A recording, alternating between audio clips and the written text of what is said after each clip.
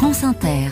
7h moins le quart, l'histoire du monde. Anthony Bélanger, vous nous emmenez en croisière en Inde ce matin. Oui, imaginez 18 suites flottantes, 36 passagers au maximum, longeant tout d'abord les quais antiques du Gange, au Ghat, à Bénarès, aujourd'hui Varanasi, la ville sainte évidemment du Gange, puis 51 jours et 3200 kilomètres pour rêver le long des fleuves sacrés de l'hindouisme, 27 fleuves et rivières traversées du Gange donc au Brahmapoutre, d'Inde au Bangladesh, pour finir dans la Somme et boucler la plus longue croisière fluviale au monde en temps et en kilomètres, luxe, calme et volupté, qui ont un coût tout de même, 4,5 millions de roupies par passager, c'est-à-dire environ 50 000 euros. Je vois, vous tiquez, mais Narendra Modi, Premier ministre italien, était là.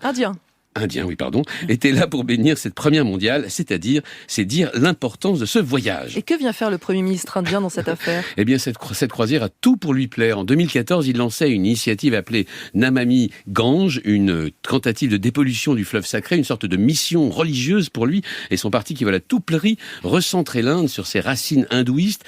Presque 10 ans plus tard, le bilan est assez mitigé. Le Gange reste sévèrement pollué, moins d'ailleurs par les cadavres qu'on y immerge que par le développement à grande vitesse de cette région du nord de l'Inde. La tâche est donc dantesque, ou plutôt mahabharatesque, je l'ai dit, mais pour Narendra Modi, tout est bon pour souligner un succès même partiel, et cette croisière qui aura lieu 2 fois l'an, d'octobre à mars, est pour lui l'occasion de montrer tout le bénéfice touristique qu'un réseau fluvial dépollué, même imparfaitement, peut apporter. Et les réservations ont commencé pour cette croisière ? Elles ont été prises d'assaut, même 2 ans de réservation directement. Les premiers clients seront suisses, allemands, britanniques et même français. Or, ce qu'il faut savoir, c'est que ce voyage a été rendu en partie possible grâce à d'immenses travaux de canalisation sur ces grands fleuves. C'est ça l'autre grand œuvre de Narendra Modi, et accessoirement de la Banque mondiale, d'ailleurs, des milliards de dollars pour draguer les lits fluviaux et certes faire passer un bateau de croisière de luxe, mais surtout les énormes barges industrielles du développement économique qui saturent le trafic.